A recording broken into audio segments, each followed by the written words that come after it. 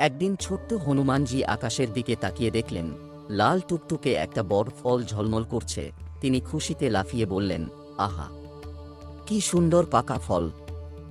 আজ এটা খেয়েই খেলব। মা অঞ্জনা কিছু বোঝার আগেই বেবি হনুমান লাফ দিয়ে আকাশে উড়ে গেলেন।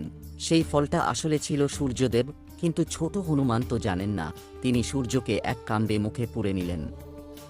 হঠাৎ চারিদিকে অন্ধকার, দেবতারা ভয় পেয়ে গেলেন। ইন্দ্রদেব বজ্র নিক্ষেপ করতেই হনুমান নিচে পড়ে গেলেন। মা অঞ্জনা কাঁদতে লাগলেন।